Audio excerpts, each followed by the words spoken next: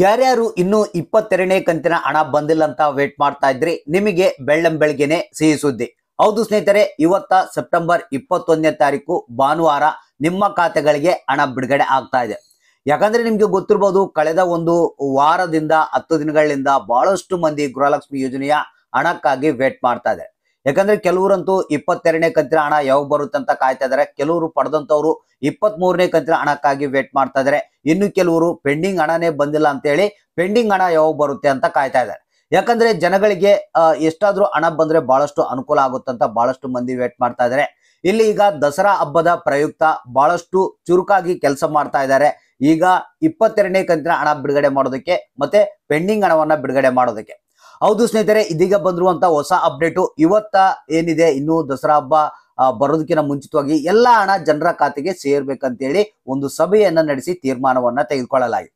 ಹಾಗಾದ್ರೆ ಯಾರ್ಯಾರಿಗೆ ಇನ್ನು ಗೃಹಲಕ್ಷ್ಮಿ ಯೋಜನೆಯ ಹಣ ಬಂದಿಲ್ಲ, ಇಂಥವರಿಗೆ ಇವತ್ತ 100% ಆಗಿ ಹಣ ಜಮಾ ಆಗುತ್ತೆ. 22ನೇ ಕಂತಿನ ಹಣಕ್ಕಾಗಿ ಯಾರ್ಯಾರು ವೇಟ್ ಮಾಡ್ತಾ ಇದ್ರ, ಮತ್ತೆ 21ನೇ ಕಂತಿನ ಹಣ ಬಂದಿಲ್ಲ ಅಂತ ಯಾರ್ಯಾರು ಕಾಯ್ತಾ ಇದ್ರಿ ಅಂತವ್ರು ಈ ಒಂದು ಮಾಹಿತಿಯನ್ನ ನೋಡ್ಲೇಬೇಕು. ಮತ್ತೆ 23ನೇ ಕಂತಿನ ಹಣದ ಒಂದು ಹೊಸ ಅಪ್ಡೇಟ್ ಬಂದಿದೆ, ಅದ್ರ ಬಗ್ಗೆನೂ ಮಾಹಿತಿಯನ್ನ ತಿಳಿಸ್ಕೊಡ್ತಾ ಇದ್ದಾರೆ. ಹೌದು ಸ್ನೇಹಿತರೆ, ಇವತ್ತ ಯಾವ್ಯಾವ ಜಿಲ್ಲೆಗಳಿಗೆ ಹಣ ಎಷ್ಟೆಷ್ಟು ಬಿಡುಗಡೆ ಆಗ್ತಾ ಇದೆ, ಯಾರೆಲ್ಲ ಪಡಿತಾ ಇದ್ದಾರೆ, ಪೆಂಡಿಂಗ್ ಹಣ ಕೊನೆಗೂ ನಿಮ್ಮ ಖಾತೆಗೆ ಬರ್ತಾ ಇದೆ, ಅದ್ರ ಬಗ್ಗೆನೂ ಕಂಪ್ಲೀಟ್ ಆಗಿ ಮಾಹಿತಿಯನ್ನ ತಿಳಿಸ್ಕೊಡ್ತಾ ಇದೀನಿ. ನೀವು ಮಾಡ್ಬೇಕಾಗಿರೋಂಥ ಕೆಲಸ ಇಷ್ಟೇ, ವಿಡಿಯೋನ ಪೂರ್ತಿಯಾಗಿ ನೋಡ್ಬೇಕು. ಆದಷ್ಟು ಮಂದಿಗೆ ಈ ಒಂದು ಮಾಹಿತಿಯನ್ನ ಶೇರ್ ಮಾಡಿ. ಹೌದು ಸ್ನೇಹಿತರೆ, ಖುದ್ದಾಗೆ ರಾಜ್ಯ ಸರ್ಕಾರ ಒಂದು ಹೊಸ ಆದೇಶವನ್ನ ಕಳಿಸಿದೆ ಲಕ್ಷ್ಮೀ ಹೆಬ್ಬಾಳ್ಕರ್ ಅವರಿಗೆ. ಅದು ಏನಪ್ಪಾ ಅಂತಂದ್ರೆ, ಇಲ್ಲಿವರೆಗೆ ಯಾರಿಗೆ 21ನೇ ಕಂತಿನ ಹಣ ಪೆಂಡಿಂಗ್ ಇದೆ, ಯಾಕೆ ಪೆಂಡಿಂಗ್ ಇದೆ ಅದನ್ನ ಇಮಿಡಿಯೇಟ್ ಆಗಿ ನೀವು ಕ್ಲಿಯರ್ ಮಾಡಬೇಕು. ಮತ್ತೆ ದಸರಾ ಹಬ್ಬದ ಒಳಗಡೆಗಾಗಿ 22ನೇ ಕಂತಿನ ಹಣ ಸಂಪೂರ್ಣವಾಗಿ ಎಲ್ಲರಿಗೂ ಬಿಡುಗಡೆ ಆಗ್ಬೇಕಂತೇಳಿ ಆದೇಶವನ್ನ ಕಳಿಸಿದ್ದಾರೆ. ಇದರ ಒಂದು ಹಿನ್ನೆಲೆಯಲ್ಲಿ ಲಕ್ಷ್ಮೀ ಹೆಬ್ಬಾಳ್ಕರ್ ಅವರು ನಿನ್ನೆ ಒಂದು ಸಭೆಯನ್ನ ನಡೆಸಿ ಅಧಿಕಾರಿಗಳೊಂದಿಗೆ ಮಾತನಾಡಿ ಈ ಒಂದು ತೀರ್ಮಾನವನ್ನ ತೆಗೆದುಕೊಳ್ಳಲಾಗಿದೆ. ಇಮಿಡಿಯೇಟ್ ಆಗಿ ಇವತ್ತ ಹಣ ಬಿಡುಗಡೆ ಆಗ್ಬೇಕಂತ ಹೇಳಿದ್ದಾರೆ. ಹೌದು ಸ್ನೇಹಿತರೆ, ಯಾರಿಗಾದ್ರೂ ಹಣ ಬಂದಿಲ್ಲ ಅಂದ್ರೆ ಡೋಂಟ್ ವರಿ, ನಮಗೆ ಹಣ ಬರುತ್ತಾ ಇಲ್ಲ ಅನ್ನೋ ಒಂದು ಚಿಂತೆ ಬೇಡ.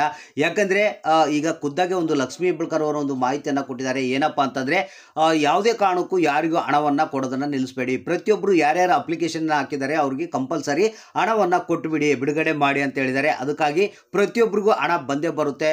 ಬೇರೆಯವ್ರಿಗೆಲ್ಲ ಬಂದಿದೆ, ನಮ್ಗೆ ಯಾಕೆ ಬಂದಿದೆ ಅನ್ನೋ ಒಂದು ಟೆನ್ಷನ್ ಬೇಡ. 100% ಆಗಿ ನಿಮಗೆ 21ನೇ ಕಂತಿನ ಹಣ, 22ನೇ ಕಂತಿನ ಹಣ ಬಂದೇ ಬರುತ್ತೆ. ಮತ್ತೆ ಇವತ್ತ ನಮಗೆ ಬಂದಿರುವಂತ ಒಂದು ವರದಿ ಪ್ರಕಾರ ಇವತ್ತು 18 ಜಿಲ್ಲೆಗಳಿಗೆ 22ನೇ ಕಂತಿನ ಹಣ ಬಿಡುಗಡೆ ಆಗ್ತಾ ಇದೆ ಅಂತೆ.